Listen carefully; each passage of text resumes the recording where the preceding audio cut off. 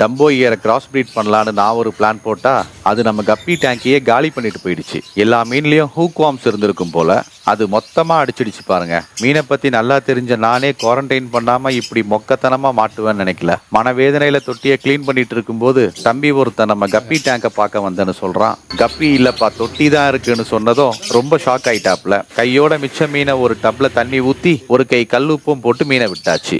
6 வருஷமா ஆக்டிவா இருந்த நம்ம கப்பி தொட்டிக்கு இப்படி ஒரு நிலைமை வந்து நான் வெயில்ல காய வைப்பேன்னு கனவுல கூட யோசிச்சு பார்க்கல. 2 வாரம் குவாரண்டைன் பண்ணாம மீனை விட்டா சம்டைம்ஸ் இப்படிதான் மாட்டிப்போம். கண்டிப்பா நிறைய பேர் இந்த வீடியோ பார்த்து ஃபீல் பண்ணிருப்பீங்க. கீழே தெரியிற லிங்க்ல நம்ம ஃபிஷ் ஹோம் டூர் வீடியோ இருக்கு, அதை பார்த்து சில் பண்ணிக்கோங்க. தேங்க்ஸ் ஃபார் வாட்சிங்.